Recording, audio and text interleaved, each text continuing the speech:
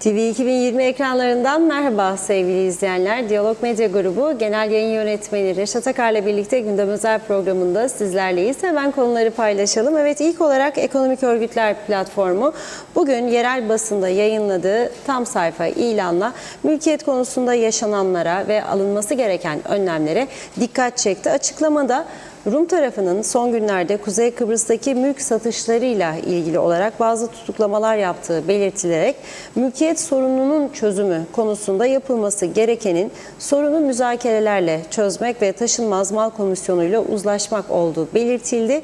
Konuyla ilgili detayları konuşacağız. İkinci olarak Kıbrıs'ın güneyinde turist sayıları, kuzeyinde ise ülkeye giriş yapan yolcuların sayısı açıklandı. İki taraf arasındaki farkı ortaya koymak amacıyla istatistik bilgileri sizler için topladık. Kuzey ile güney turizmi arasındaki büyük farkı rakamlarla ortaya koyacağız. Bir diğer konumuz Alayköy'de bir gece kulübü yakınlarında poşet içerisinde yola fırlatılan silah ve mermilerle araştırmalarını sürdüren polis net bir sonuca ulaşamadı. Bugün mahkemeye çıkarılan zanlılar 5'er gün tutukluluk emri alınırken silahların balistik incelemeye gönderildiği belirtildi. Konuşacağız. Uyuşturucu trafiğinin de yoğunlaşması nedeniyle polisin kara sınır kapılarında önlemleri arttırdığı bu çerçevede Metehan sınır kapısında 20 gram kokain türünde uyuşturucunun ele geçirildiği ve bir kişinin de tutuklandığı bildirildi. Ayrıntıları var, onları da ele alacağız. Son olarak da Barış Harekatı'nın 50. yılında Kıbrıs sorununu görüşen Avrupa Parlamentosu'ndan çözüm mesajı geldi. Parlamento Başkanı Roberta Metsola Kıbrıs için Avrupa'yı bir çözüm istediklerini söyledi. Yine detaylarını ele alacağız. Evet, buyurun Reşat Bey. Evet, herkese hayırlı günler dileyerek başlayalım. Bugün öncelikli sıraya Kuzey Kıbrıs açısından çok büyük önem taşıyan mülkiyet sorunuyla başlıyoruz. İlk sıraya onu aldık. Çünkü Ekonomik Örgütler Platformu en nihayetinde, tabii ilanın altında bu Ekonomik Örgütler Platformu içi kapsamında hangi örgütleri vardır yoktur ama görmedim.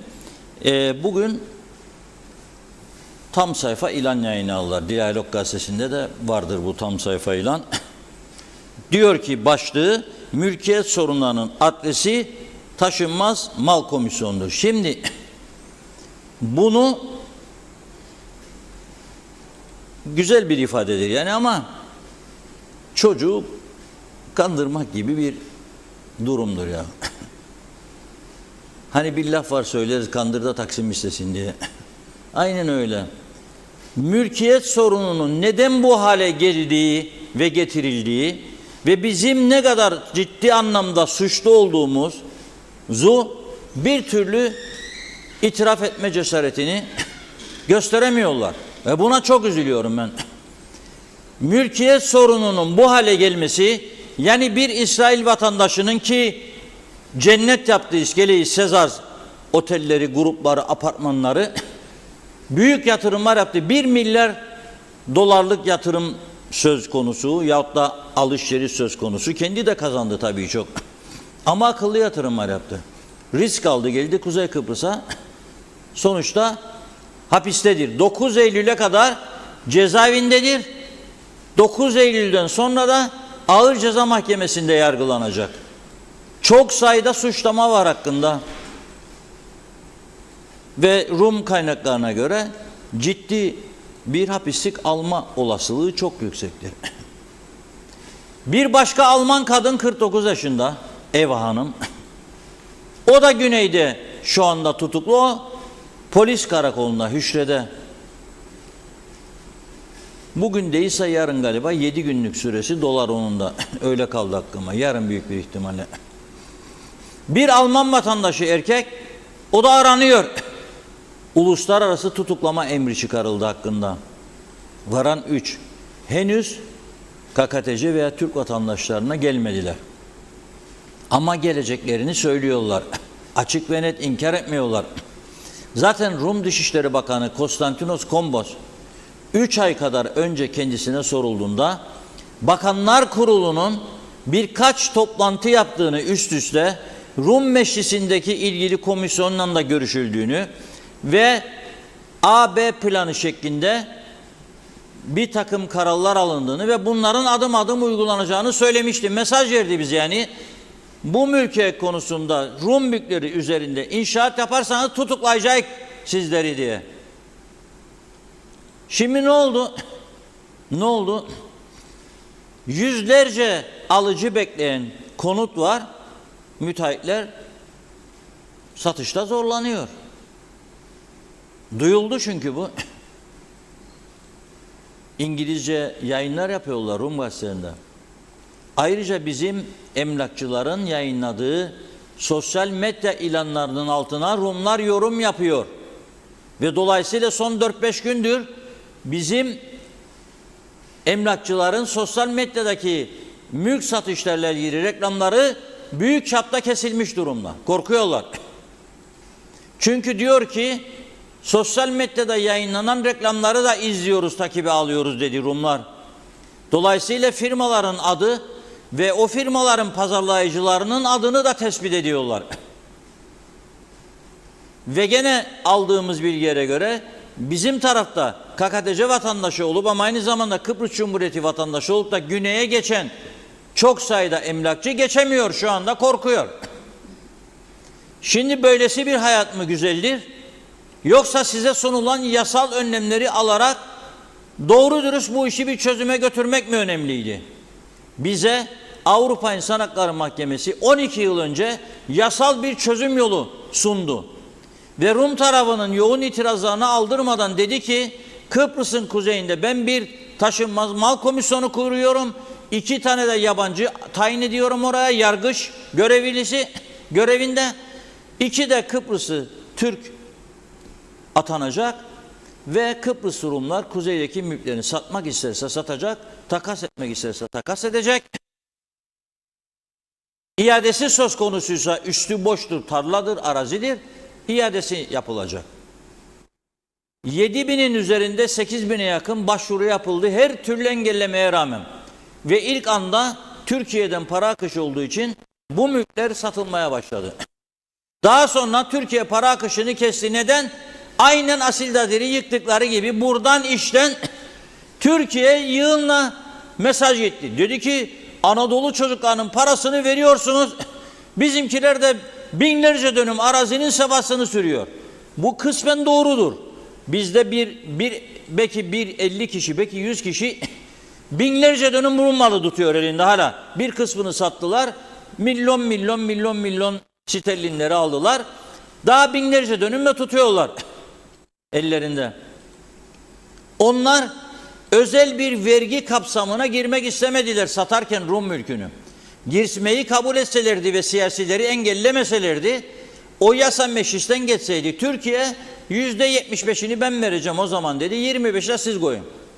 Son 80'e çıktığını duyuyorum Türkiye'nin. 20'de biz. Ne vardı bunu yapsaydınız? Hadi şimdi ne yapacaksınız bakalım? Seyredin, elinizde KKTC Tapu Dairesi'nden verilmiş, uluslararası anlamda hiçbir geçerliliği olmayan kağıt parçaları var. Seyredin bunları. Peki soruyorum, ekonomik örgütler, siz neredeydiniz bunlar yaşanırken? Siz bu komisyonun çalıştırılmadığını biliyordunuz. Yüzlerce kez ben buradan çağrı yaptım. Neden ortaya çıkmadınız? Neden bunları zorlamadınız? Neden zorlamadınız hükümetleri? Bakın hayvancılara, başbakanın kapısını kaldırdılar, devirdiler, bir kişi tutuklu yoktur. Tamam ya, bir daha yapmayın. Meclisin kapısı kaç kere kırıldı, döküldü. Ne oldu?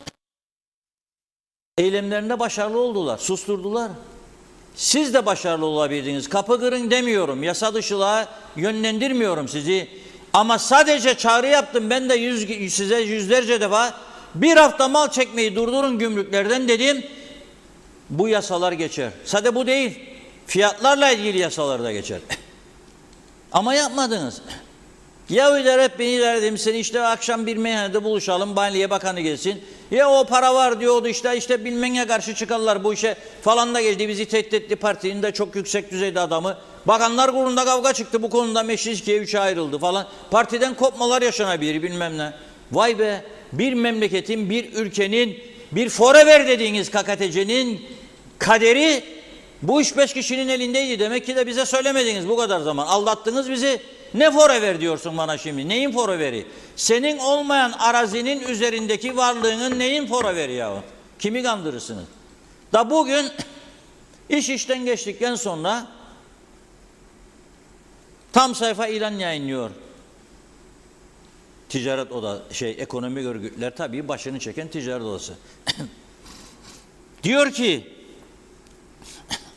son zamanlarda Rum liderliği tarafından Kuzey Kıbrıs Türk Cumhuriyeti'ne faaliyet gösteren yatırımcılara yönelik başlatılan dava açma ve tutuklama gibi sistematik saldırılar hakkında kamuoyunu bildirmek ve bunlara karşı yapan girişimleri bundan sonra atılacak adımları duyurmak istiyor.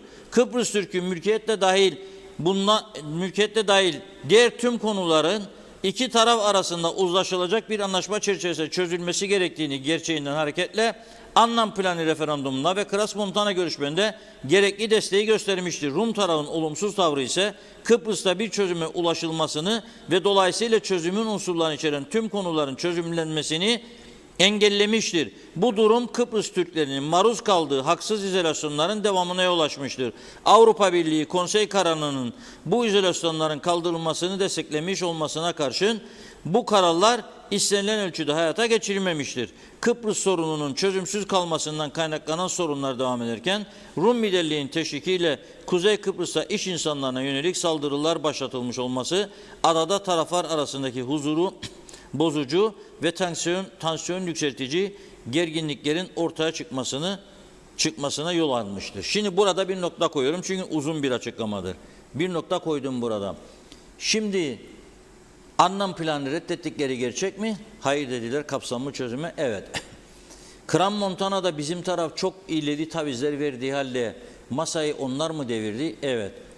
Ama bu size uluslararası hukukta başkasının malını al, yağmala, üstüne binalar dik, da bunu sat, parasını da cebe indir, senin kendi tabu dairenden bile kayıttan geçirme, avukat yanında yapılmış bir kağıdına insanları sat, oyala, kandır veya kandırmaya yönelik hareketle veya işte kendine göre yasalama aslında hukuksal anlamda, uluslararası alanda geçerliliği olmayan bir takım numaralarla, kendimizin yarattığı numaralarla bu işleri yap hakkını verir mi acaba? Verir mi sorarım size, verir mi?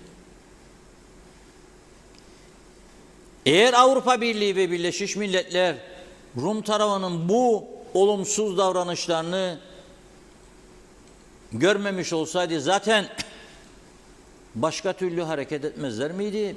Türkiye ve bize karşı başka türlü önlemler almazlar mıydı? Çözümsüzlüğün sorumlusu bizi görselerdi. Alırlardı. Bakın Rusya'yı dize getirdi Avrupa Birliği. Ürünlerini sattırmıyor dışarıya. Senin ne ürünün var acaba? Satmak istediğinde satamadın. Ne ürünün var? Ben hellimcilerden dinledim. Amerika'ya kadar satış yapıyorlarmış. Senin ne sıkıntı yaşadın? Yollamayın falan marka arabaları Kıbrıs'a dediği anda Avrupa ülkeleri, biliyorsunuz en çok satanlar lüks arabalar, gelmez buraya araba. Çok şey yapabilirlerdi ama yapmadılar. Neden? Karşı tarafın olumsuzluklarını gördükleri için. O farklı bir konudur ama bu sana eline geçirdin Rum mallarını verdim ben ona zamanında. Türkiye'de destekledi bu işi. Verin adamlara domates, biber, patlıcan eksin de sizin tarımcınız yoktur bilmezsiniz. Hatay'dan gelenler, Antep'ten gelenler bir bu işi dediler. Verdik 100 dönüm, 200 dönüm aldı adam.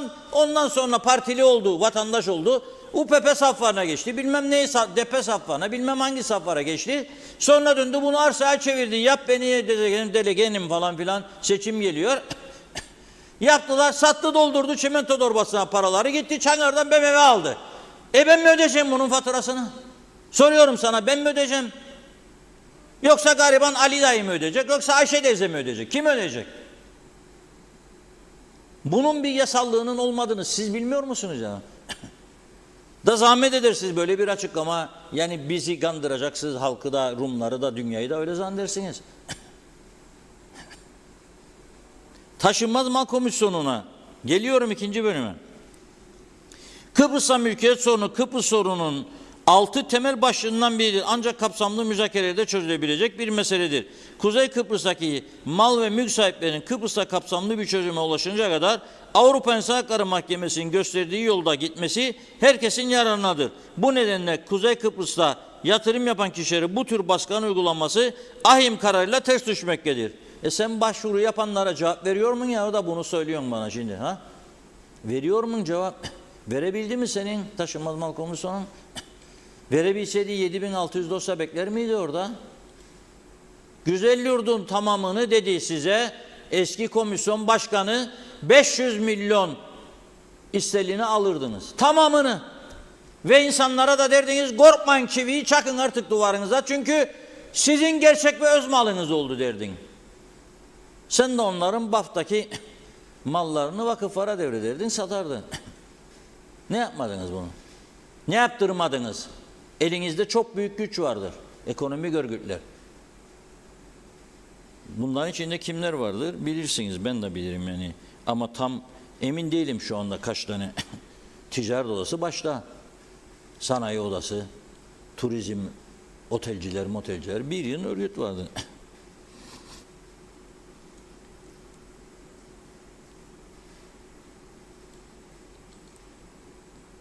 Bu tür sorunların AYÜM'ün etkili iç hukuk yolu olarak tanınmadığı taşınmaz mal komisyonu yoluyla çözülmesi gerekmektedir. Son dönemlerde taşınmaz mal komisyonuna müracaatların hızlandırılması ve yeni kaynaklar ayrılması Kıbrıs Rum liderliğini paniğe sürüklemiş, Kuzey Kıbrıs'ın ekonomisini zayıflatmak amacıyla saldırılar başlamasına neden olmuştur. Saldırıların başlatmasının ana nedeni siz de biliyorsunuz ki özellikle İskele Cumhuriyeti'nin yaratılmasıdır. Gördüler bakir bütün yerler gidiyor. Bir. İki eşit egemen ısrarı. Oturmam masaya, tanı beni ayrı devlet olarak marşta ilan edeceğim. Marşımın önünde de saygı dur, bayrağımın önünde de selam dur. Başlayalım. Yapmayacağını bilirsiniz. Avrupa Birliği üyesi bir ülkeyi bütünleştirme görevini üstlenmişken bunu yapmayacağını bilirsiniz yani. Yani buna bir olmayacağını bunun üzerinde ısrar eden bizim bütün yetkililerimiz de biliyor. Siz de biliyorsunuz, ben de biliyorum olmayacağını. 7 milyon sene daha ömrümüz olsa olmayacağını biliyorum. Olmayacak işlerle uğraşacağımıza ülkemizi nasıl düzeltiriz, nasıl ayakları üzerinde durabilen bir ekonomi yaratırız'a yönlenmedik. Mal mülk meselesinde olduğu gibi ekonomik meselede de 100 kişiye hizmet eden bir düzen yarattık burada. Kabul edelim bunu. Kabul edelim. Bakın bugün belki 50, belki 70, belki 100 tane müteahhit ve emlakçı uyumuyor diye düşünüyorum ben yatağında. Ne güzel iskeleden, limandan, oradan buradan fotoğraflar, videolar paylaşırlardı eğlence yerlerinden. Mazide kaldı onlar şimdi. Larnaka'dan uçtuk. İşte 4 saatte Dubai'ye geldik. 7 yıldızlı, 9 yıldızlı otellerinden fotoğraflar. Gidin bakalım Dubai'ye de şimdi İstanbul üstünden gidin isterseniz bakalım ne olacak. Ben Rumların bunu yapmasını desteklemiyorum bize. Ama mal sahipleri olarak bunların kapımıza gelip dayanacağını biliyorduk. Benim esas noktam burasıdır. Bir gün gelip başımıza bela olacaklarını, bize bunları ödeteceklerini biliyorduk. Bizi dikili taşın etrafına hapsedeceklerini biliyorduk. Bile bile gel Yannagi bunu yap dedik. Gel Andreas bunu yap dedik. Gel Marulla bunu yap dedik. Hiç şimdi bir şey söyleme. Taşınmaz mal komisyonunda öyle son buldukları 60 milyonundan çalışacak bir komisyon değildir. Ya. Kandırmayalım birbirimizi. Kandırmayalım birbirimizi. Çalışmaz öyle oyna.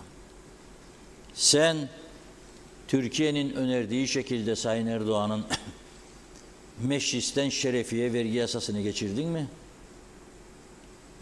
Yanlış da anlattınız bunu zamanında halka. Herkes zannetti ki oturduğu bir Rum mülkü varsa o Rum mülkünün ne ekstradan vergi ödeyecek. Öyle bir şey yoktu. O tasarı eğer elinde fazla Rum mülkü varsa o mülkleri satmaya kalkıştığında %20 ekstradan vergi vermeni öngörüyordu. Zaten malının değeri %100 artacaktı. Çünkü Rum malı olan, onların ifadesiyle çalıntı olan mal yasal mala dönmüş olacaktı ve değeri artacaktı. Ama Rusya'ya yönelik ambargoları fırsat bildiniz. İran'daki iş durumundan dolayı kaçanların, gelenlerin yüzünden buraya ne oldu? Nasıl olsa alıyorlar.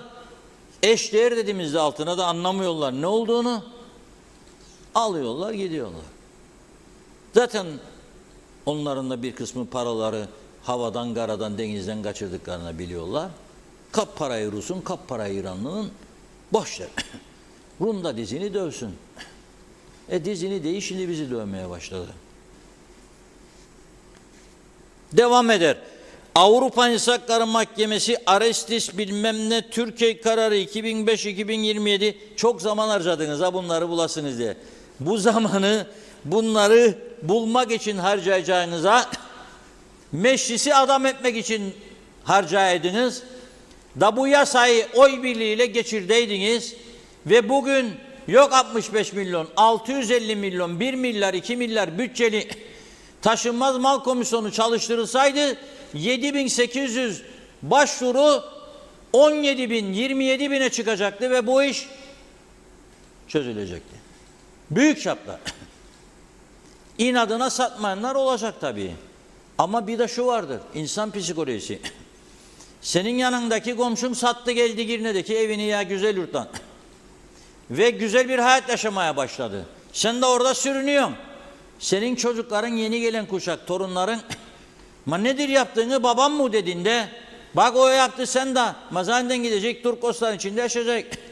Sat biz de adam gibi yaşayalım, bize iş kur.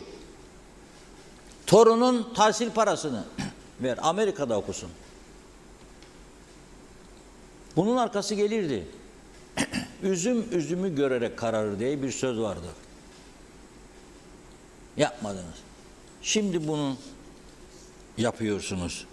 Ben de size diyorum ki bana birisinin bir iğneleyici bir lafı olduydu. O kim olduğunu bilir.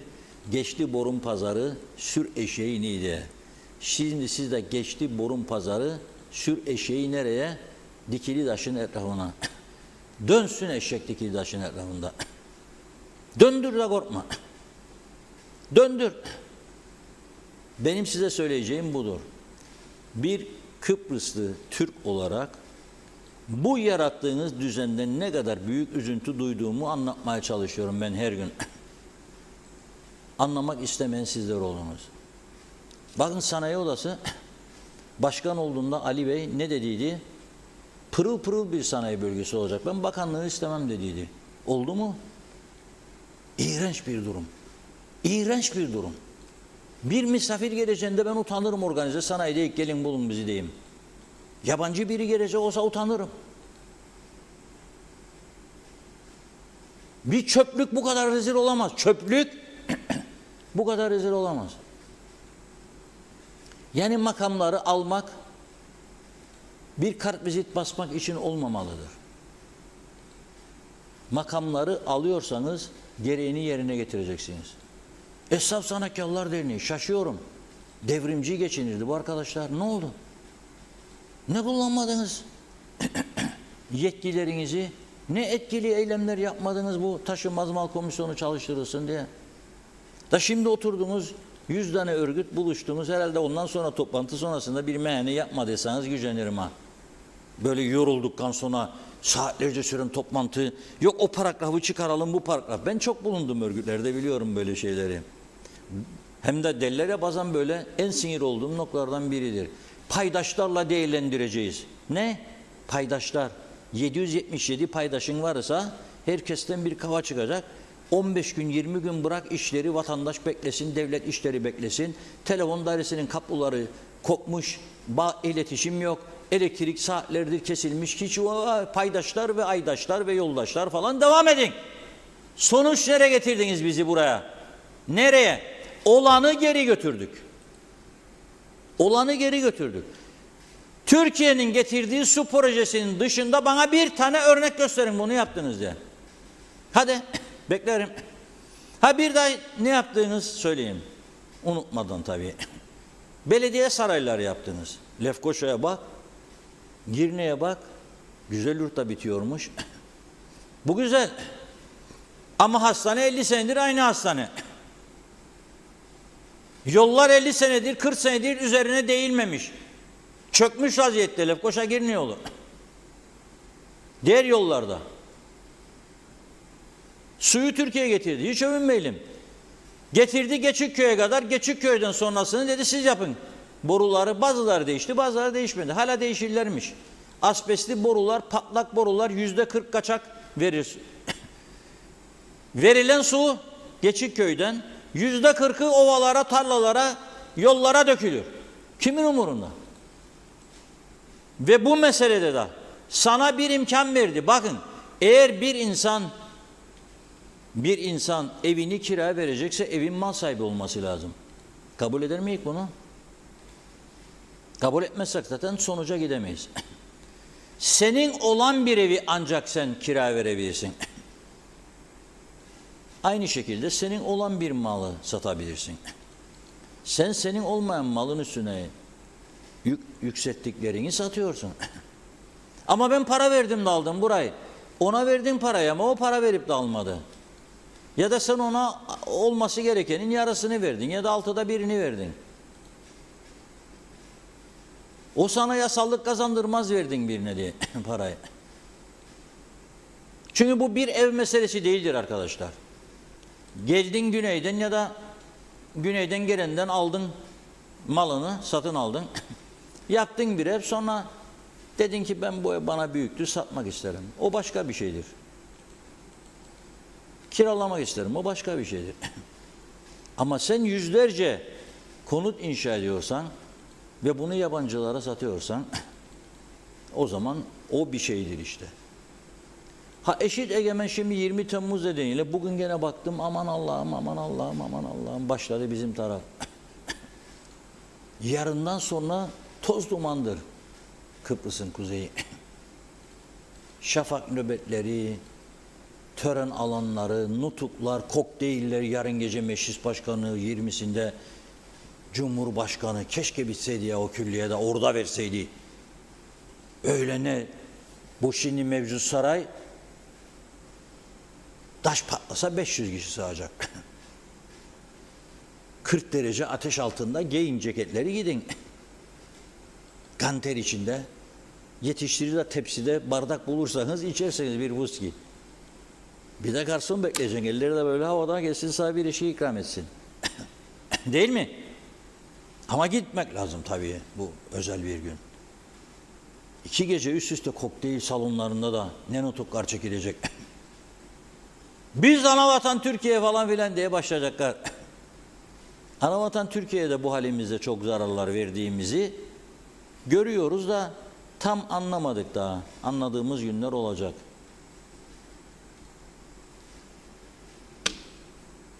Geç kalınmış bir hareket olarak görüyorum çok. Ve üzülüyorum hala da Rumları suçladılar. Mannan'dan gelerek Ahim Garalılarını şimdi hatırladılar.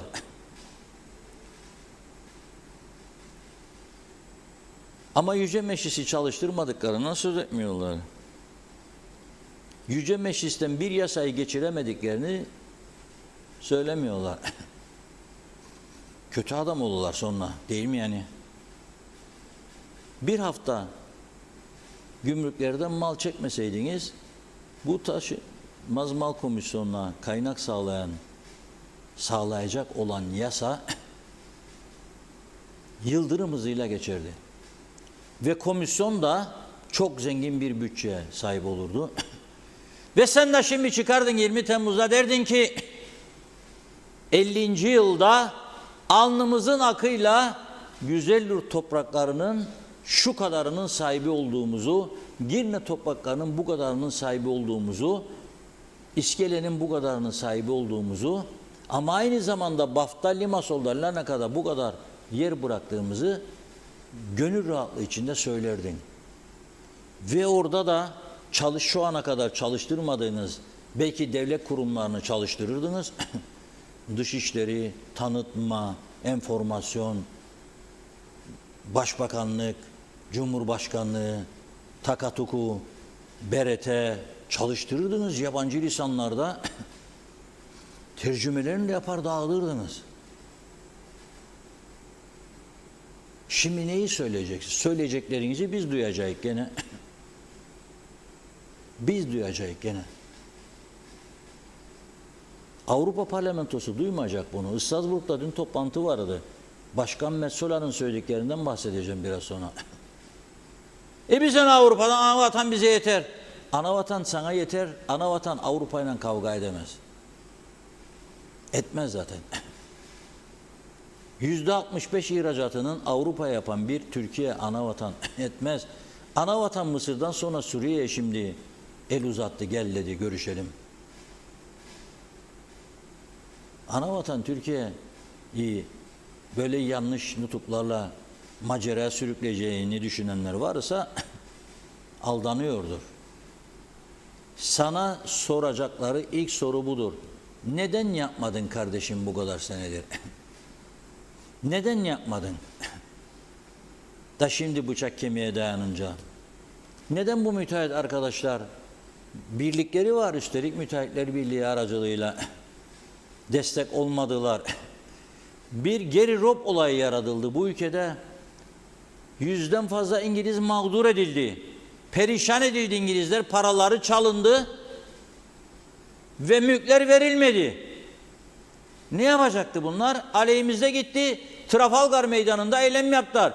Bütün sosyal medyayı kullanarak sakın kuzeye gitmeyin, çalıntıdır mallar, bizi de çaldılar dediler. Bir kulaksız hikayesi yaşandı. Alsancak, Lapta, Karşıyaka oralarda ve bugün yetkili makamda olanlardan biri gitti, uzaktan seyretti Mercedes'in arka koltuğunda açık artırmayla satılırken İngilizlerin mülkleri, parasını ödedikleri mülkler ve onlara bu belgeleri veren de ünlü avukatlarımızdı 1500 sterlin her kağıt parçasına. Ve onun için diyorum 100 kişi 200 kişi zengin oldu bu sistemden.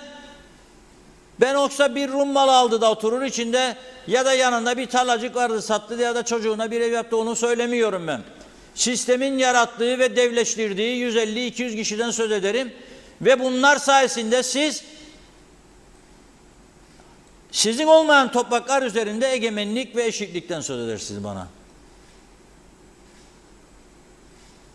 Yahu çocuklara sorsam 5 yaşında bana diyecekler, vallahi aklım karıştı, anlamadım ben bu işi diyecekler. Aklım karıştı, anlamadım diyecekler. Üzgünüm. Ülkemizi bu hale getirenler için üzgünüm, açısından üzgünüm. Yıllar vardır bu konu üstünde konuşuyoruz, yazılar yazıyoruz. Boşuna mı sanki? Yıllar yılıdır. En az bu programlarda 50 defa söyledim.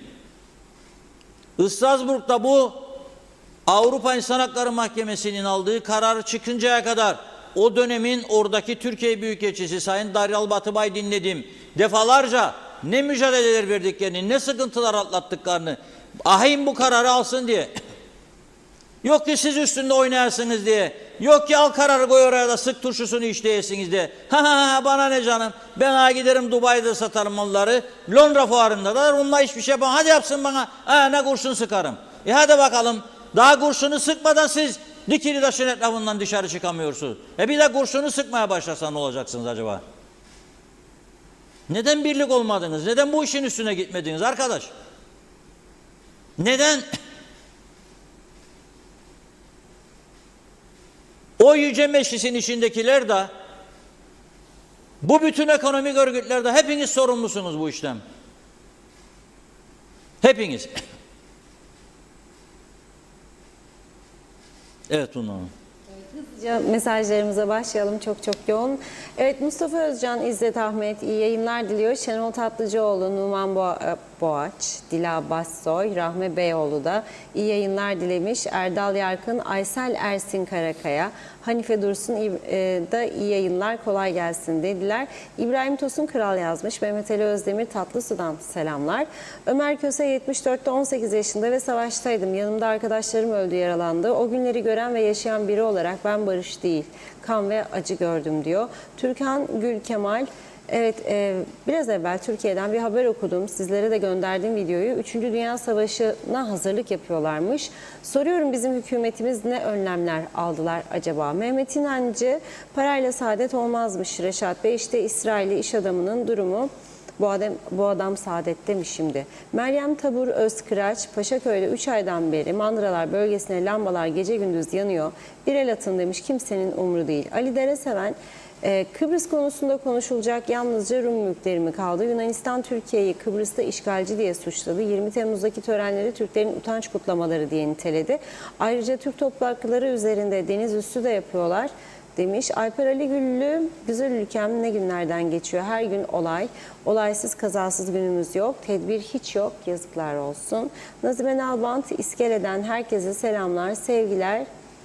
Evet, sizi hiç kaçırmadan dinliyorum. Doğru adres Diyalog TV'miz. Bu mülkiyetler ne olacak? Çok kişi tedirgin. Sonu ne olacak böyle? Erol Topçu İngiltere'den hayırlı yayınlar diledi. Serdar Cesurer, Zeliha Adaman, Yusuf Hayatta, Ömer Meraklı Muhtar mesajı. Her şey güzel, bu tutuklama haberlerini bizler halkımız duyuyor, haber alıyor da hükümet duymaz mı? Ne ses var ne seda. Ben bunu anlayamadım demiş. Evet, Arif Mustafa Cüce Limonlu'dan selamlar. Mehmet İnancı, o meyhanede biz de buluşalım Sayın Akar. Bir viskicik içelim. Zeren Turalı, çok bilen aldanırmış misali, yanlış hesap Lefkoşa Saray önünden dönmese bile Avrupa İnsan Hakları Mahkemesi'nden dönermiş. Ne cüret ne cesaret. Sen hem kuzeyde mal tazmin komisyonunu kur, iadeyi takası tazminatı kabul et, şimdi yan çiz, Rumların Türk ekonomisini bertaraf etmekten söz et. Bunca zamandır türbinlere oynamayı bırakınız artık, topu taca atarak bunu atlatacağınızı mı sanıyorsunuz? Emir Ali Tatlıdil, tren kaçtı artık, bu yapılan büyük oteller ne olacak? Malta'da taksici bana sordu, nerelisiniz?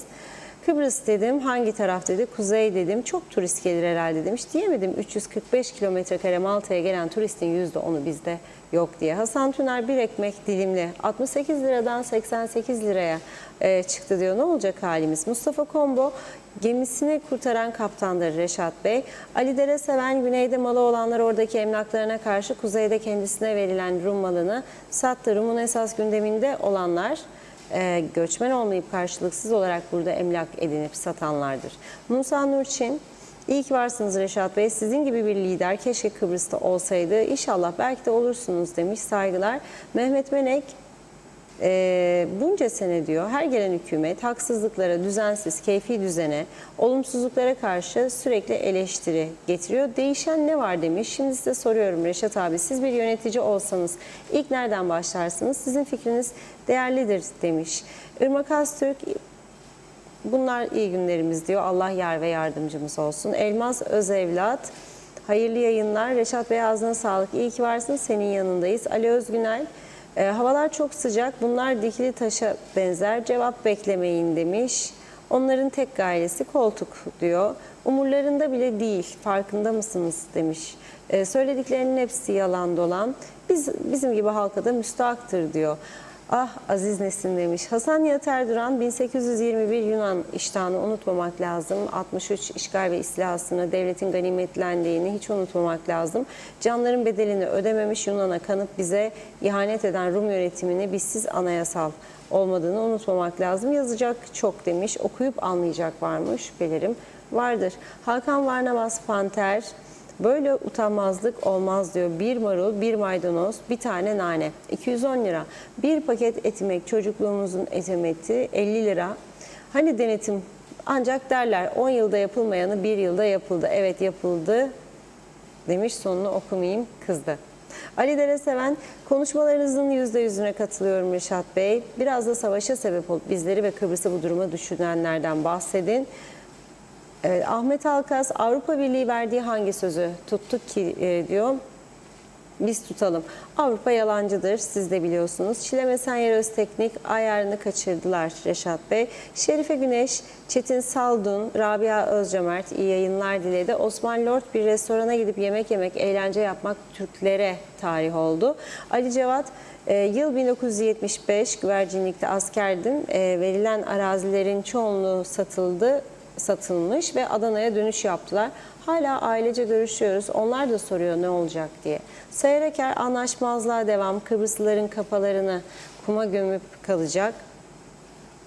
neler bir şeyler onlar için çalsın demiş. Bizimkiler de camilerde sela okutsun. Böyle yola devam. Hasan Nihat Erduran, ambargolu izole ulaşımsız Mersin 10 Türkiye adresi. Ekonomimizde bile bizi batıramadılar. Diskriminasyon yapanlar. Bakın kaç yeni otel yapıldı. Hepsi de işler gelişir, zenginler bu şartlarda bile. İftihar edelim. Nüfusu takas eden, mülkü takas edemeyen BM'ye ne demeli? Çözüm istemediği belli. Birkaç mesaj daha okuyalım. Mehmet Hasta restorana gittim diyor. 2 döner istedim. Dönerde biraz tavuk varmış, içi patates püresi dolu ve 320 lira diyor. Yani 320 liraya patates püresi yedik. Emir Ali Tatlıdil, İstanbul'dan gönderilen Ermeni ve Yahudiler yıllar sonra geri dönüp çatır çatır mallarını geri aldılar. Orijinal koçan her zaman geçerli olan koçandır. Mal aldılar diye vatandaşlık verilen yabancılar da mallarını satacak ama vatandaşlıkları miras olarak kalacak. Sayar Aker dikkat, Avrupa'da yolunu şaşırdı. Taze beyinlere güneş doğsun. Zena Zarif, peki miras hakları ne olacak? Henüz Güney'de böyle bir yasa tasarısı yok. Mülkiyet derken bu konuyu da aydınlatmak gerekir dedi. Osman Rakibet, güzel bir yayın olsun demiş. Zehra Sencer de Karpaz'dan sevgilerimiz, süpersiniz diye. Çok teşekkür ederiz. Yine devam edeceğiz. Buyurun. Evet, şimdi gücenmesinler. Yani ben Ticaret Odası'nın başkanında, Sanayi Odası'nın başkanında, esnaf sanayikarlardaki arkadaşları da seviyorum. Bazılarıyla yakın dostluğum da oldu. O ayrı meseledir. Görüş ayrılıklarımızın olması da doğaldır. Olacak da. Olacak da. Ama genel anlayışı söylüyorum ben bu tür örgütlerde iktidarlarla iyi geçinmek. Çünkü hepsinin iş alanları var. Onları sıkıntıya sokmak istemezler. Siyasilerle iyi geçinmenin avantajlı olduğunu düşünürler. Onun için ya tamam falan filan işte ya Sayın Bakan halledecek ya işte biraz daha kaldı. Ben bununla geçen 50 yıla acırım. Ve bize bu kadar mı başarısızsınız dediklerinde Rumlar başımı önüme eğerim üzüntümden.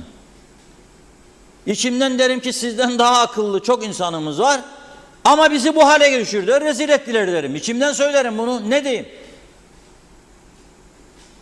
Ne diyeyim? Ne diyeyim bunlara? Yahu sana gene bu Avrupa Birliği şu eleştiriyoruz ya daha işte ambargolar falan. Ne ambargosu be? 200 dün baktım güneye geçerken kamyon dolusu karpuz gördüm. Kamyonlar dolusu karpuz alıyorlarmış. Meğer günlerdir bizden haberimiz yok. Balıklarımız güneye, kamyon karpuzlar burada satılmayan güneye. Adam geldi sana kendinin olan çaldığımız tarlasından yetişen portakalları, limonları alayım dedi, mandalinaları. Dedin kesici bulamıyorum sana vereyim. Ne ambargosu ya? Kesicim yoktur dedin. Adam dedi onu da getireyim dedi. Getirdi. Getirdiği işçileri 11 kişiyi tuttunuz hapise gönderdiniz ya siz. Ne biçim mantık, ne biçim memleket yönetim anlayışı bu? Yasaymış anayasa, bırakın da yasayı anayasayı baba yasanızı. Yönetim becerisiyle ilgili konulardır bunlar. Bak bugün koyduk 4 tane Afrikalı diyor, dün yakalamışlar, 900 gün falan kaçaklılar. Ne yapardınız siz dedi polis. Bize biri bir şey demedi ki yasaktır yani kalmanız. Geldik biz zannederik ölene kadar istediğimiz kadar kalırız demişler. Onlara bir şey yapamayıyorsun. Tesadüfen yakaladın yolda diye. Ötekini de komşusu gitti şikayet etti. Getirdi satıyor portakalını o bir satamayan şikayet etti diye. Gidip tutuklayacaksın da önünü keseceksin. Ambargo biz kendi kendimize. Birbirini sevmeyen insanlar olduk. Bunun içerisinde kıskançlıktan ölüyoruz birbirimizden. Ve o yüzden de kaybediyoruz. Ambargo yoktur arkadaş. Vazgeçelim bırakalım bu edebiyatı. 50 senedir bunun arkasına saklandık. Türkiye'den gelen ve Kıbrıs'ı iyi tanımayan bazı makam sahiplerini de kandırıyoruz. Mesela adam ilk daha geldi atıyorum bilmem Trabzon'un hangi bölgesinden. Adama ya efendim 50 senedir ambargo Rumlar bize bırakmıyor ki portakalımız dalında kalıyor satamıyor falan filan. Yalan. Adam geldi portakalını alsın sen dedin ki toplatamıyorum. Adam işçi getirdi hapise koydun. Hangisi bunun doğrudur? Karpuzun var alıyor. Balığın var alıyor. Başka neyin var alsın? Patatesin var alıyor. Başka neyin var? Söyle. Neyin var? Neyin var söyle bana. Eskiden hayvanları o yana kaçardı. Rumlara bizden. Şimdi biz de oradan buraya hayvan getiriyoruz. Et pazarı oraya yöneldi. Neden? Gene basit. Hayvancılar Birliği'yle kasaplar ve hükümet arası ihtilaflar. Merciler nerededir ya, karar merci? Kararını ne alıp uygulamadın sen bunca zaman? Neden orada 360-70 de sende 600 lira? Efendim öyle ya böyle, hep yalan. Eğer yapamıyorsan bu işi, den ki 2 yıl sonra ben hayvan üretimini tamamen durduracağım, ihtiyacım yoktur. 2 yıl sonra teşvikler duracak dersin, hep ithalata dönersin. Eğer devam etmek istiyorsan ona göre bir anlaşmaya varsın, bir teşvik politikası, üreticiyi desteklersin, fiyat politikasını belirlersin, o çerçevede halk da mağdur olmaz, kazık yemez. Ama şimdi sen bir ambargo edebiyatının arkasında benim bugün yaşadığım sıkıntıları örtbas edemezsin. Ambargo kendi içimizde. Üretim becerisi yok, başarısızlık var, kıskançlık var, yeteneksizlik var. Herkes anlamadığı her işin içinde, insanlar anlamadığı bakanlıkların başında, anlamadığı, bilmediği, hayatında görmediğini, yani sosyal güvenlik nedir duymamış bakan veya müsteşar veya müdür. Hemşireyi işte kalem müdürü yaptınız, ondan sonra bak neler çıktı arkasından. Bunu Avrupa mı yaptı ya bize? Yani açık konuşalım. Şimdi köylerde, evlerde, bahçede oturup beni dinlerken siz vicdanınıza danışın ya lütfen. Ya o 50 yaşında adamı 45 yıl üstünden, 40 yıl üstünden emekli çıkaran bu zihniyet, ne beklerdiniz? Sonucu ne olmasını beklerdiniz bunun yani? Bütün gökten zembiliyle para atsar bize, Brunei zenginliğinin parasını buraya, gene biz adam olmayık ya. Kapabilen kapacak, yiyebilen yiyecek, gerisi gene kalacak. Gene sen bana patlak borulardan su vereceksin verebildiğin kadar.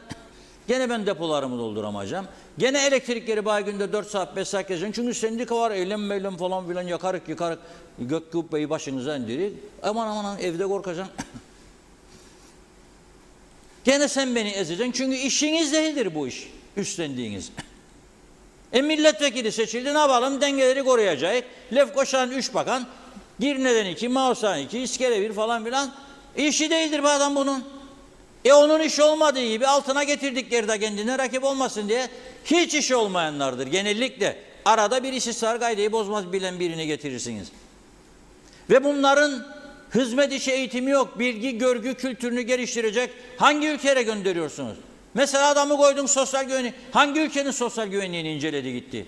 Ne yapılıyor, ne ediyor? Bırakın bu tarafı. Güney'i gidip soruşturdum mu acaba?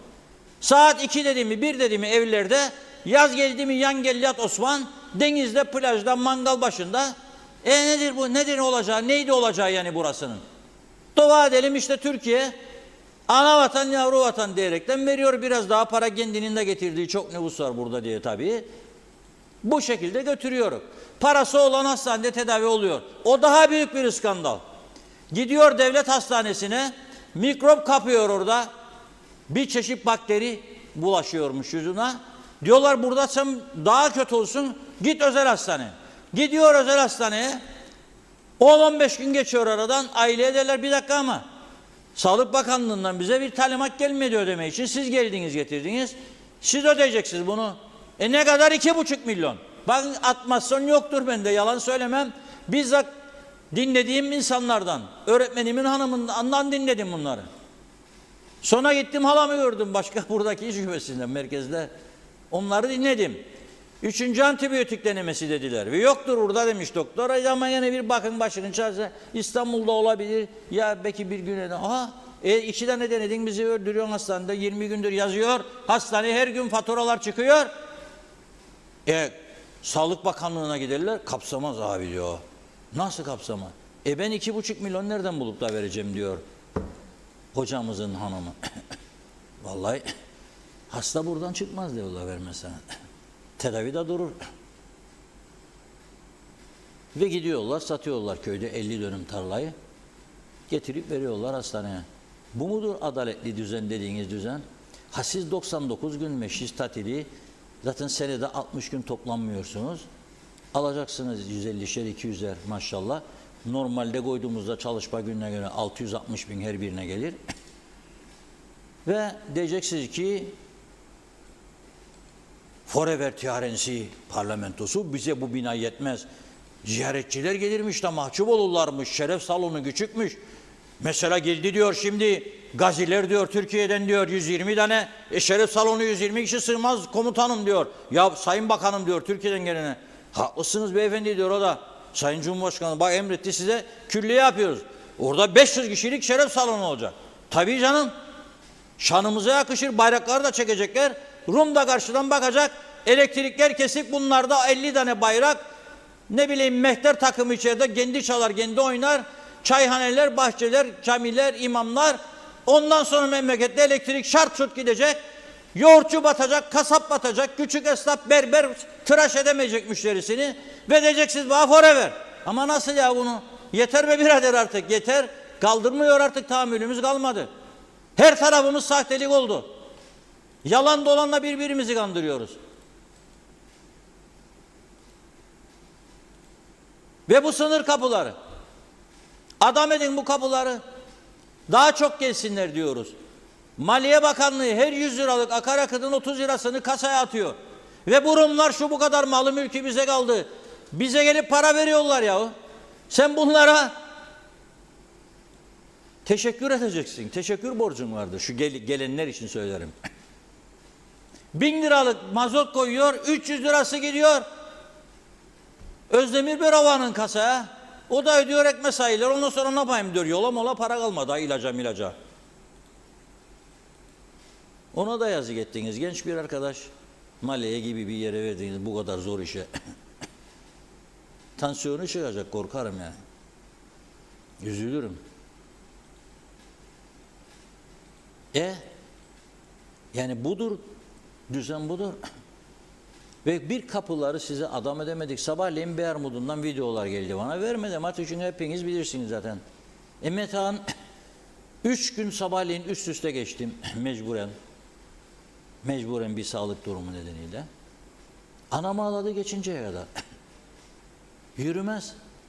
Haspolat'tan başka kapı açmam. Ha yani emrin olur sayın Kıbrıs Türk Toplumu lideri. Yani senin istediğin olacak, benim istediğim olmayacak ve ben senin uşağın ve sen yaralanıyorsun bundan, sigarayı senden alıyoruz, akaryakıtı senden alıyoruz. Yok biz açmayız. Şimdi yarına bırakacaktım, vakit ilerledi ama bugünden olsun da geç olmasın. 1 saat harcadım bu iş için bugün. Şimdi Takatuku Ajansı'nın bizim tercümesinde bir haber vardı bugün kısa. Polonyalılar Baf'ı sevmişti. Bizim haberci arkadaşlar da aynen ne görürse onu yaparlar diğerleri gibi yani zannetmeliyim yani. Onlar da aldı bizim Polonyalılar Baf'ı sevdi kısmını.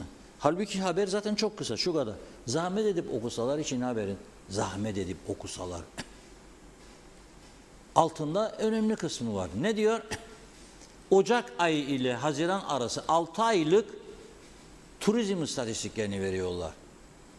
Haziran'da patlama yapmışlar. 460 bin civarında turist gelmiş bir ayda sadece.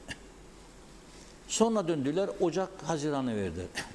Sen bunu değerlendirmen lazım değil mi? Dedim bir de gireyim bizim Forever Tiyarensi'nin Turizm Bakanlığı sitesine.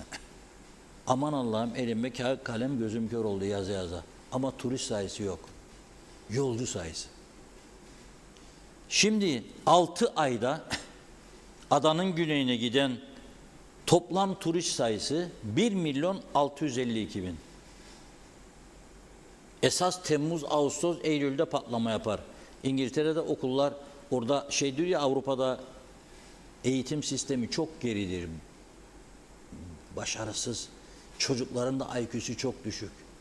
Bir daha kaç eder sor ilkokul son bilmez. Onun için onlara tatili kısarlar, az verirler. Bizim burada IQ'ler yüksek ya tavan yapmış çocuklar. Mehmet diyorsun 6 tane 6 kaç eder? 34 komutanım diyor ya da hocam diyor. Oğlum 36. Tamam hocam diyor. Siz bunu 36 yapın sınav kağıdında da geçek bu sınavı bari diyor. Yaparım hocam diyor, ne olacak diyor.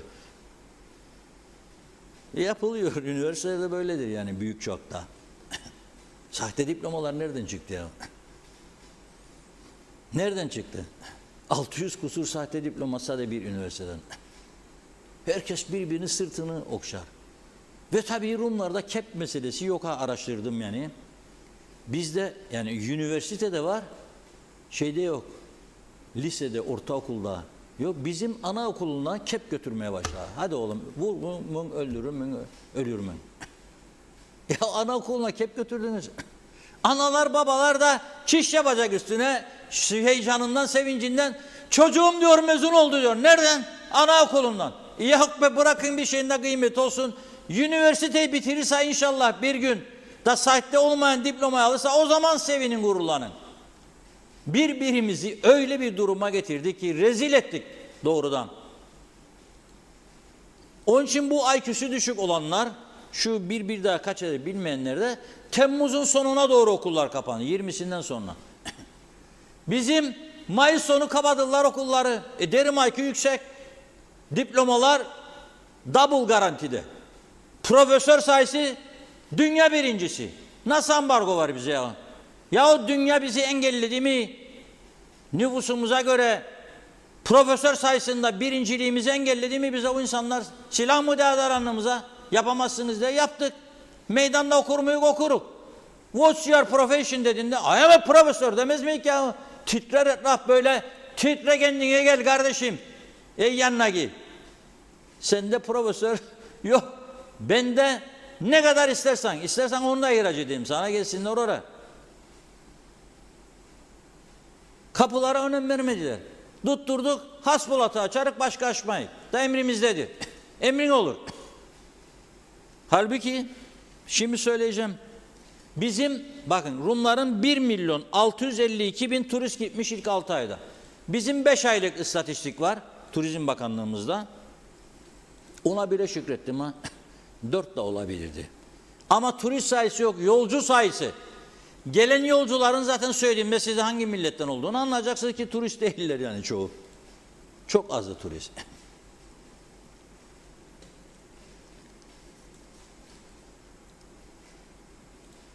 Ercan havaalanı ve 2 turizm limanımızdan 798.000 kişi gelmiş hepsi 5 ayda. Onlara 6 ayda 1.652.000 gerçek turist, otel konaklaması. Bize yolcu olarak, hani o tekerlekli sandalyede uyuşturucu taşıyan da o listededir. Tabanca getirenler de o listededir. Gelip adam dövüp yaralayıp vuran gidenler de o listededir. Okuyan çocuğunu üniversitede görmek için gelenler de o listededir. Üniversitelerde okuyan öğrenciler de o listededir. Turist değil. Ve buna rağmen 798.000. 798.000 kişi içerisinde ilk sırayı 665.000 ile Türk vatandaşları alıyor. İşte dedim, öğrenciler, uyuşturucu tacirleri, kaçakçılar falan filan, bir miktar da turist. Bir miktar. Onun için kan alıyor oteller. Çoğu boş. Ama kara sınır kapılarından kuzeye geçenler, bak Rumların sayısı sadece 1.175.000. Bütün limanlarımızdan gelenler 798.000. Kara kapılarından gelen sadece Rumlar 1.175.000. Yabancılar ise 759.000. Kara sınır kapılarından. 759.000. Ve sen kapıları artırmam diyorsun. Ambargoyu kim kime koyuyor o zaman? Ambargoyu kim kime koyuyor? Biz kendi kendimize. Ha, bir izleyicimiz sordu. Dedi ki sen olsan mesela ilk nereden baştan? 7 gün içerisinde deli gibi kararlar çıkar. 7 gün içinde. Bir defa giderim ilk gün Metehan'a çağırırım Rumlilerini, gelin karşılıklı 2'şer kapı daha açalım derim. Kapıyla başlarım. Ertesi sabah uyandığınızda duyarsınız ki milletvekilleri bir daha bakan olamaz. Anayasa değişmesi lazımmış. Ben kararı alırım, gitsin beni Anayasa Mahkemesi'ne şikayet etsinler. Bu arada tabii halk oylamasından da geçirim bunu. Çok basit. 3 vergi meselesi. Vergi meselesi. İlk toplantımı yeminli murakıplarla yaparım. Mali muhasiplerle. Köyden möyden bana ziyaretçi gelmesin hellim testisiyle, yani norlarla. Yok. 1 yıl ziyaretçi kabulü yasaktır. Murakıplarla yaparım ve bir şey söylerim sadece onlara. Anlarlar tabii ne olacağını. Bu ülkeyi düzeltmek kadar basit bir şey yoktur. Niyet olması lazım, niyet. Ama niyet olmadığı gibi insanları birbirine gırdırarak, saldırılarla besleyerek, para vererek bazı yerlere çeteleştirerek, saldırarak, ürküterek, korkutarak ilerlemeyi önlüyorlar. Bu düzen böyle gitsin diye çırpınıyorlar ama gitmeyecek. Gitmeyecek. Mülkiyetin gitmeyeceğini konuşmuştuk. Bu da böyle olacak. Bu bize hava ve deniz limanlarından gelenlerin ilk sırasında 16 bin ile İranlılar. İranlılar niçin gelir buraya? Turist için mi? Çok az bence. Mülk için geldiği büyük çoğunluğu hepimiz biliyor muyuz bunu? Emlakçılar, müteahhitler biliyor. Ruslar ikinci niçin geliyorlar? Onlar da 16 bin. Onlar da ev almak için. Çoğu. Tatil için gelen yok. 14 bin Alman. Onlar bir kısmı. Bak gördüğünüz Alman kadın içeride, Alman adam aranıyor. Bir kısmı mülkü içinde, bir kısmı da turist. İngilizler bir önceki yıl ilk 5 ayda bu ülkeye gelen İngiliz sayısı 9369 iken bu yılın ilk 5 ayında 7000'e düştü. Neden?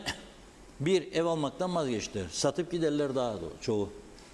2, artık burası onlar için bir turizm yeri olmaktan çıktı. Nereye gelecek? Bütün ovalar, dağlar insan dışkısından kaplandı. Çöktü. Pislik içinde memleket. Elektrik zehirliyor. Ne yapmaya gelsin? Ve enteresandır. Kara sınır kapılarından bize geçenlerin ilk sırasında Yunanlılar yer alıyor. 105 bin Yunanlı. Merak ediyor onlar da hani nasıl bir yerdir Kıbrıs'ın kuzeyi. 97 bin de İngiliz kara kapısından. Gelip gider günübirlik, kalmak için değil. 67 bin Romen, 63 bin Bulgar, 56 bin Alman, 42 bin Polonya vatandaşı. Birer su içseler bile büyük faydası vardır. En azından arasında. Bakın o büyük han, gidin oturun masa sandalye bulmazsınız maşallah. Gelirler börek yerler, bulgur köftesi yerler, kebap yerler, içerler biralarını, kolalarını, meşrubatlarını, gezerler orada. Kıbrıs hediyelik eşyalar var, bulduklarını, beğendiklerini alırlar, bir şeycik yer. Akmaz adamlar derler ya, çarşıya biraz canlılık getirir yani hiç olmazsa. Ve biz sınır kapılarını artırmayı düşünmüyoruz. Önerdik Haspolat'ı. O da diyor sana sen Haspolat'ı önerirsen ben sana Piro'yu öneririm. Karşılıklı adım atalım. Hadi gelin bırakın ikisini de anlaşın Mausa kapısını açın. En güzel kapıdır Lefkoşa'da. 74 öncesinde en önemli geçiş noktasıydı. Larnaka Türkler o yoldan giderdi. Açın. Bir daha tekrar kapıları kapatma gibi bir şeyin olmayacağını herkes aklına koysun yani. O hayalde yatanlar varsa olmayacak. O zaman daha çok kapı, daha çok temas hem Kıbrıs sorun çözümüne katkı sağlar hem de çarşı biraz adam hem de bizimkiler güneye geçip alışveriş yaptığı için belki bizdeki kuzeydekiler de insafa gelir. Da %16 KDV'yi sıfırladığı halde hükümet zam yaparak güneydekinin 2 fiyatına çıkarmazlar, 2 katına. Esas mesele bunlar. Ambargo kendi içimizde. Hiç yutmaz mı? Ben yutmadığım bir şeyi beklemeyin Andreas ya da Andrulla yutsun.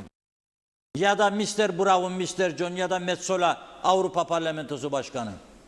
Gözüne baktığında senin ne söylemek istediğini anlar. Geçti bunlar artık bu tarzları. Mücadele bilmem ne, kalem satır virgül noktalı virgül yok, o paragrafı değiştirelim şudur budur. Neyse o toplantılardan sonra bir meyhanecik yaptıysanız ya güzeldir gene, helal olsun derim. Tekrarlayın sık sık. Mesela bu bize de faydası var tam sayfayla. Bunu EÖP diye verdiler bana, bakın EÖP, Ekonomik Örgütler Platformu. Buraya lazım mıydı? Bir diyesiniz. Var ya komutanlar harekat öncesinde genelge bir yanına da vururlar, yasaktır falan diye, gizli, çok gizli. EÖP 1, EÖP 2, EÖP 3, o şekilde haftada bir tane yayınlanmasının büyük faydalar sağlayacağı inancındayım. Evet, buyurun Fundan. Bugün de klimalar maşallah. Boğaz gitti. Evet. Klimalarda biz para ödemiyoruz biliyorsunuz da, burası ayrıcalıklı bölge. Özel fiyat var bizim, caba.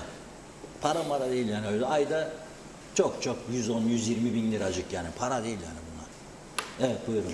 Evet, İzzet Ahmet'te kalmıştık. Reşat Bey, 1976 yılına götürdünüz beni. Merhum Naci Talat abimiz söylerdi, gün gelecek dikili taştan öteye geçemeyeceğiz. İyi ki varsınız. Hüseyin Boşnak, Londra'dan selamlar. Bravo sizlere. Gerçek koçan kimdeyse mal onundur. Osman Lord, döviz kurları yükselmeye devam ediyor. Türk lirası eriyor, faizler düşürüldü. Her gün döviz karşısında eriyoruz. Mehmet İnancı, sterlincik gene şahlanmış. Reşat Bey, ne olacak? Bu gariban halkın hali. Hasan Nihat Erduran, iki bölgeliliği bozma hakkı yoktur. TMK'nın tek taraflı tazmin takas yapar, aleyhimize çalışır demiş. Çünkü Rum'da aynısı olmalıydı, eşitlik gereği demiş. Yasayı KKTC Meclisi yaptı. ABBM tanırsa ki tanır, Kuzey Kıbrıs'ta tanır demektir. Etrafında dolanmaya hiç gerek yok. Kimse moralini bozmasın. Gerçekler er geç görülecek. Yeter ki içte birlik, beraberlik sağlansın. Ümit Ünsal, bu ülke o kadar kirlendi ki tuz ruhuyla yıkasanız temizlenmez diyor. Hazıra konma, beleşçilik, sosyal yaşam, kokuttu sosyal yaşamı. Yalansız tek bir iş yok. Tam bir seviyesizlik, ayarsızlık, hadsizlik diyor, sardı toplumu. Dik duran, karakterli insan olmanın bedeli çok ağırlaştı. Ülke topyekun beceriksiz sahtekarlıkla yönetiliyor diyor. Bunlara teslim edildi. Mehmet Bey, iddia ediyorum klimalardan boşa akan sularla bile şehir yemyeşil olabilirdi ama biz orta refüjlere çakıl döküyoruz ot çıkmasın diye. Erol Tamer Güçer, büyük çoğunluk bakanların diyor, kamu dairelerinin, belediyelerin, büyük otellerin diyor, araziler Rum mala eşdeğer, tahsis olanlar var. Bunlar ne olacak? İnşaatlar hala devam ediyor. Mehmet George karşılığı hayırlı yayınlar dilemiş. Nazime Nalbant, ne söylerseniz hep doğruları söylüyorsunuz demiş. Temiz tutmalıyız. Eski güzel temiz yerler yerinde, yerler esiyor artık demiş. Çok arar olduk. Herkes kapısının önüne kadar süpürürdü, yıkardı. İnanın üzülüyoruz. Selçuk Özenli, mal komisyonu için yasa geçirmesini beklediğimiz meclistekilerin acaba mallar üzerinde korkuları mı var? Eminim vardır, imzalayan, onaylayan bunlar ya da ortaktır. Yasa ondan geçmez. Salih Yorgancı, ağzına sağlık Reşat Bey demiş. Halil Koral diyor ki, o gün kimin ne yaptığını gördüm esir kampında. Geçici olarak soracaklar, köye mi kuzeye mi? Kuzey deyin dediler. Düşündükçe o günleri, çok büyük yalan diyor. Hatice Momin, yayınlar demiş. Baykan İbrahim Avcı, Arzu Mucize, Ayşe Kalay, Tema Yavaş'ta iyi yayınlar diliyor. Ömer Kuse, Tahsin Ertuğruloğlu ve Zorlu Töre acaba izliyor mu? Rum malların satışı konusundaki düşünceleri nedir acaba? Ayşe Latif, şimdi hararetle kurultay hazırlıkları var. Kimsenin ne yolsuzluklar ne sahte diploma umrunda değil, konuşulmaz. Geçtim odası, iyi ki varsınız demiş. Mehmet İnancı, müthiş konular. Hüsniye Emel Özer, bu ne vurdum duymazlık, bu ne aymazlık diyor. Adamlar iyi sabretmişler, yıllarca haklarının verilmesini beklemişler.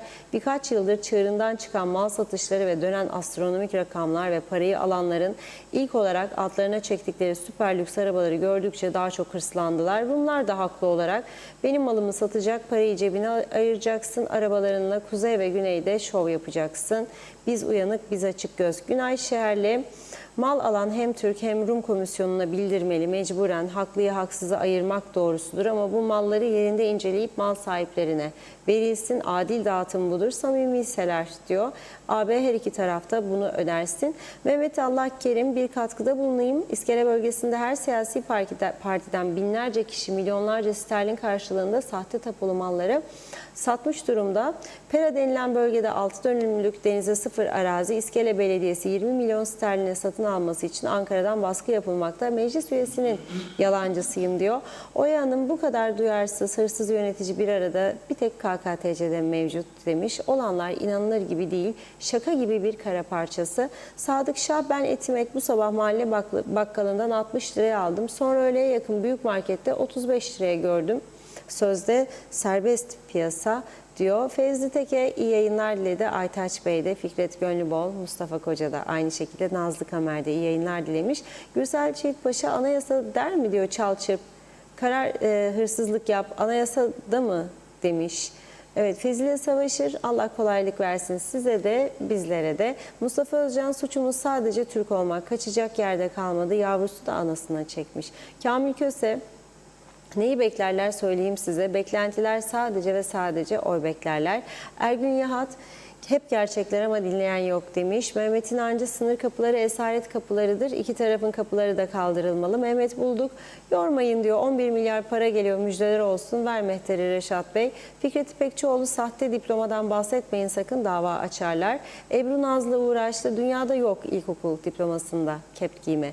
Zühal Tunalı bu kep meselesi bile toplumun ne olduğunun göstergesidir dedi o da. Hasan Nihat Erduran eğitimi boz, devlet çöker. Forever sendikalar kalite belli demiş.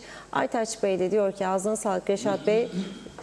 Söyle, belki anlayan anladı, belki bir şeyler düzelir. Önce elektrik borçlarını ödesinler, sonra otel yapsınlar. Halka yüklemesinler demiş bu borçları. Çok yazık oldu, olan halka oluyor. İsmini vermek istemeyen bir izleyicimizin de mesajı, onu da hızlıca aktarayım. Çok acil seçim gerekli, batıyoruz.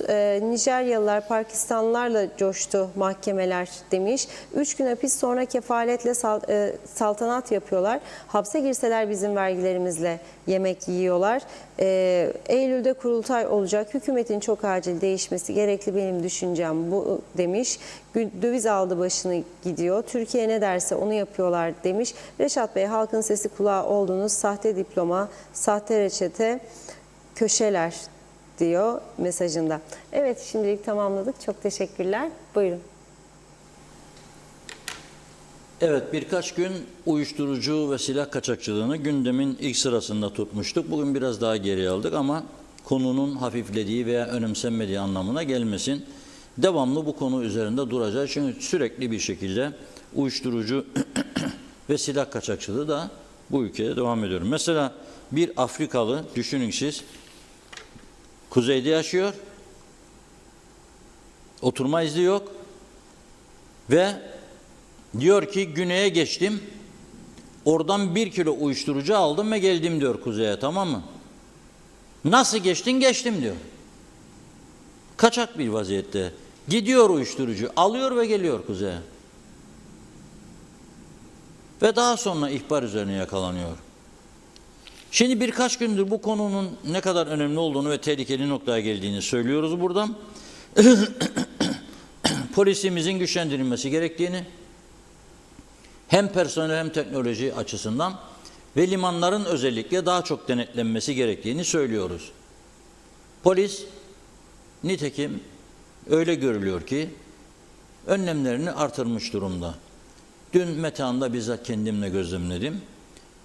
Orada özel görevliler artık sınır kapılarında ve değişik yerlerde daha ciddi kontroller yapmaya başladı ve bu çerçevede güneyden kuzeye 20 gram kokainle geçen bir şahsı da yakalamış oldular dün. Bir şahıs 20 gram kokain türü, işte görüyorsunuz ekranlarda, uyuşturucudan yakalanıyor ve bunu diyor satmak amacıyla aldım diyor. 1500 euro verdim diyor, aldım ve amacım satmaktı diyor. Düşünün siz, kokain. Bir diğer olay, 2 tane silah 25 mermiyle, Ramazan Kıraç ile İsrafil Ünal. Bunlar nerede yakalandı biliyor musunuz? Polis bir ihbar aldı. Alayköy bölgesi Gönyeli Belediyesi'ne bağlı. Oralar biliyorsunuz gece kulübü doludur. Tarla gibi. Yani her taraf gece kulübü. Orada bir gece kulübünün yakınlarında araç içinde duruyorlar. Polisin bölgeye baskın düzenlediğini görünce bir poşeti aracın dışına fırlatıyorlar. Polis gidiyor oraya, poşeti buluyor, onları da tutukluyor. Poşetin içinden 2 tane silah, 25 adet canlı mermi çıkıyor. Kimin için bunlar? Ne için? Polis tabii şöyle diyor, sorguladık diyor kendilerini. Bir tanesi diyor gönüllü ifade verdi. İsrafil Ünal, internet üzerinden tanımadığı bir şahsın yönlendirilmesiyle silahları yol kenarından aldık diyor ve gece kulübü civarına götürdük diyor. Bu kadar.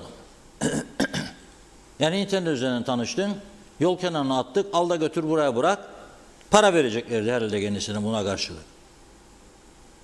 Herhalde böyle.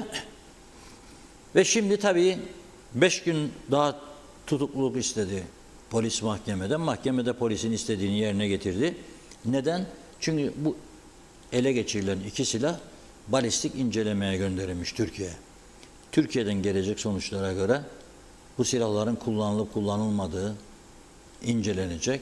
Ona göre mahkemeye yansıyacak. 5 gün içinde geleceğini tahmin ediyorlar herhalde. Hızlı bir şekilde gelir mi gelmez mi bilmiyorum Türkiye'den. Ama olayın gerçekten artık çok ürkütücü boyutlara geldiği bir gerçek. Burası eğer iddia edildiği gibi bir turizm ve eğitim adasıysa silahın burada ne işi var, uyuşturucunun burada ne işi var? Bu kadar yüklü miktarda uyuşturucu, tekerlekli sandalyede bir yıl içerisinde 25 kilo uyuşturucu getirmesi adamın buraya. Ve son gelen parti daha öncekilerden metamfetamin miydi bilmiyorum. En öldürücüsü, en tehlikelisi. Ve aynı zamanda gene tekerlekli sandalyenin pil kutusunun içerisinde silah, mermi getirilmesi ne içindir, kimin içindir? Bu adam bunu kaldırmaz. Çok etkili operasyonların yapılması lazım. Çok etkili sonuçların elde edilmesi lazım. Hava, deniz, kara kapıları daha ciddi bir şekilde denetlenmesi lazım. Bu şekilde belki bundan sonraki süreçte bir miktar önüne geçilebilir. Aksi halde durum vahim. Onu söylemek istiyorum. Evet, bugün bu kadarla noktalıyoruz. Gündem özeli yarın inşallah maşallah 19 Temmuz Barış Harekatı'na bir gün kala demek yani 50. yıl kutlamalarına. Yarın Türkiye'den de çok önemli insanlar gelecek, heyetler gelecek. Trafikte sıkışıklık olacak. Sabırlı olmasını diliyorum herkesin. Özellikle Alsancak, Lapta tarafı belediyeden şu ana kadar bir açıklama görmedim. Geçen sene 15 Temmuz'u hatırlıyorum. 2 saatte 2 kilometre gidilememişti. Yani bu sene daha büyük bir kutlama olacak. Ferhat Göçer geliyor. 50. yıl marşını yazmış, bestelemiş. Biz de onu size dinletmek istiyorduk. Hazırdır ama yarın tam gününe uyulsun diye yarınki program akışı içerisinde yayınlayacağız. Televizyonumuz da yarın 20'sinde Ferhat Göçer'in bu marşını yayınlayacak. Görüşmek üzere diyelim. Çok teşekkür ediyoruz. Tamamlıyoruz sevgili izleyenler. Yarın yine aynı saatte görüşmek üzere. İyi akşamlar.